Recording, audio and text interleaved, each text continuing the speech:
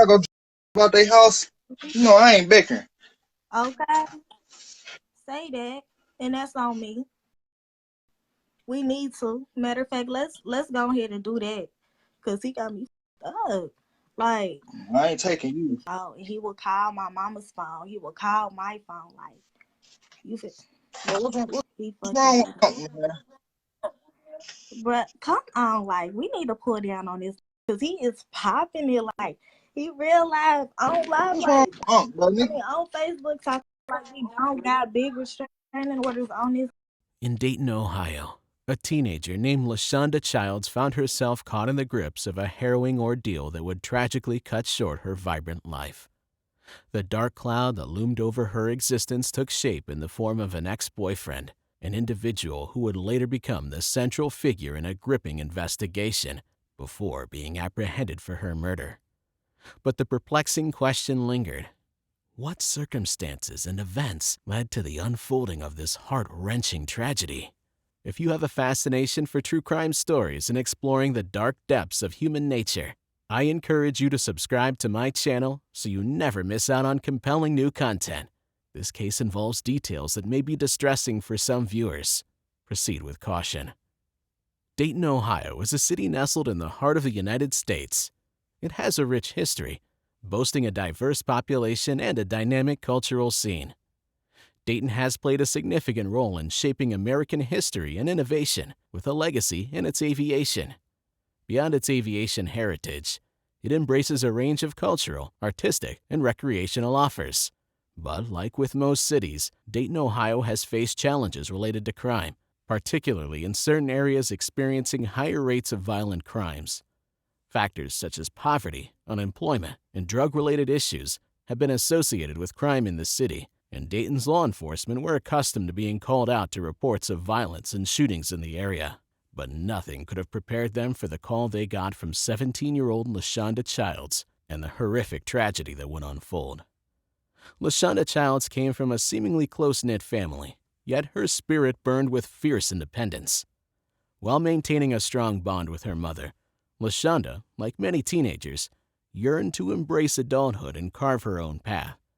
She had ambitious dreams and an unwavering discipline to succeed.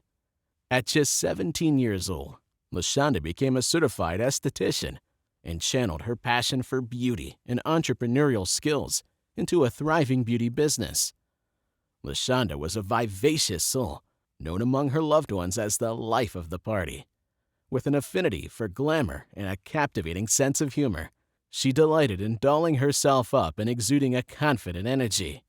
LaShonda's magnetic personality drew in numerous friends, and it was undeniable that she also caught the attention of many admirers. Among them was 20-year-old Trendell Goodwin, who entered her life after they connected on Facebook in the fall of 2017. Their initial encounter in person only deepened their connection. It wasn't long before they began sharing their connection on social media, with Trendell commenting on every single one of LaShonda's posts. He was a dedicated boyfriend, and that dependability is likely what attracted LaShonda to him in the first place. But LaShonda's loved ones had reservations about the relationship. The age difference may not have seemed drastic to other people, and where the age of consent is 16 in Ohio, there wasn't much that could be done. Tragically, the concerns voiced by LaShonda's friends and family about Trendell proved to be true, and their relationship swiftly turned tumultuous. In early 2017, the police were summoned when Trendell broke LaShonda's phone and threw her purse in a sewer after accusing her of texting another man. His jealousy and possessiveness escalated further, culminating in a distressing Christmas Eve episode where he physically dragged LaShonda out of a car. The cycle of domestic violence persisted, leading to multiple arrests for Trendell. Police reports revealed a pattern of volatility in his relationships with other women in his life, including his mother, sister, and ex-girlfriends. On February 19, 2018, Trendell faced another arrest following an altercation where LaShonda reported he had assaulted her, striking her in the face and biting her shoulder during an argument. The visible injuries validated her claims, with swelling on the left side of her face and a fresh bite mark on her shoulder. Despite the restraining order issued against him, Trendell continued to stalk LaShonda online, persistently contacting her and seeking updates from her friends. It was also revealed that he had completely lied about his age and was actually 28 years old. Y'all, this nigga got me so up. Like, I just woke up. I'm talking about 20 messages back to back, screenshots. This talk about you, this and that, this and that. Like, man, this a whole 11 years older than me. I'm 17, he 28. What the is you doing on Facebook? Over here trying to, you feel me? Like, you make yourself look stupid. This mad because I don't want to come over his house because he got fleas. Like, I really need a brother so he can go over there and beat his ass. Like, this nigga don't got no car. He don't got no house. He live with his sister and his mama. This nigga already, where my restraining order at? He already violating his restraining order. Like, baby, I do not do this. Nevertheless, LaShonda remained resolute in her desire to break free from the toxic cycle and began to move on. She would post on social media, Facebook in particular, about the chaotic and volatile nature of her relationship with her now ex-boyfriend. "If y'all see the signs, don't ignore it," she said in a Facebook post. "Domestic violence is real." Just 2 weeks after the Facebook post, LaShonda would be dead. On October 3rd, 2018, 911 dispatchers got a frantic call from LaShonda. "This dude's got a gun pointed to my boyfriend's head," she said over the phone. "I've got a restraining order on him. The police told me to call when I see him. I gave you the address. Can't you just send somebody out there? I'm scared. He's got a gun. I can't talk. I'm in a bad situation." It's believed that for Trendell, LaShonda getting a new boyfriend was the final straw. When officers arrived at the scene, neither LaShonda, her boyfriend, or Trendell could be found. Police canvassed the area until another call was made to report that someone in a nearby hospital had admitted a gunshot victim. It was LaShonda Childs. She had been shot in the head. Sadly, there was nothing doctors could do, and just 2 days shy of her 18th birthday, LaShonda Childs would succumb to her injuries and pass away at Grandview Medical Center.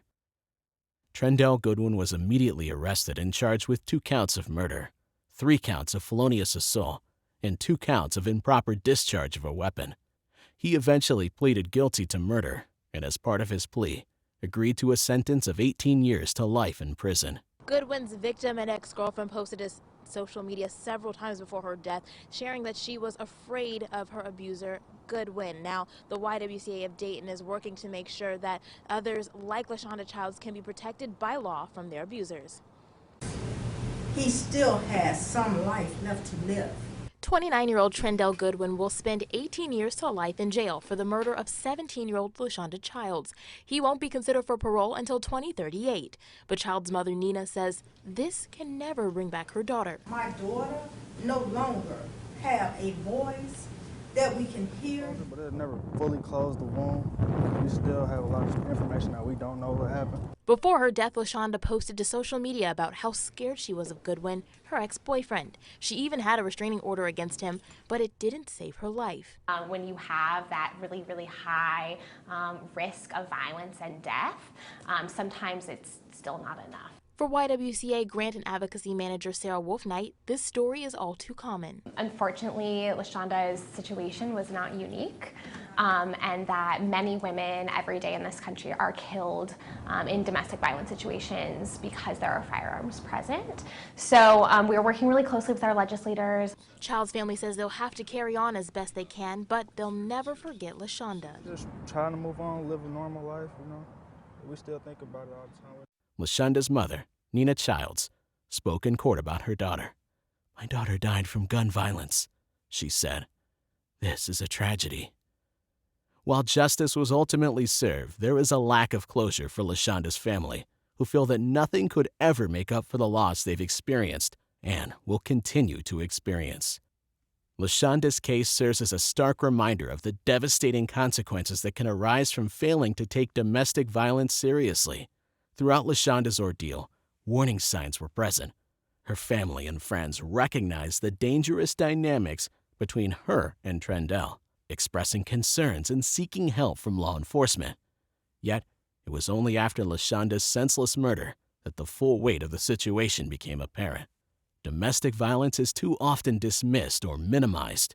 It's a cycle that thrives in silence and secrecy, leaving victims trapped in a web of fear and manipulation. LaShonda's tragic death only emphasizes the need for society as a whole to proactively address and combat domestic violence at its earliest stages before it escalates to tragic and irreversible outcomes. If you enjoyed this video, don't forget to support the channel by liking and subscribing, and hopefully, I'll see you in the next one.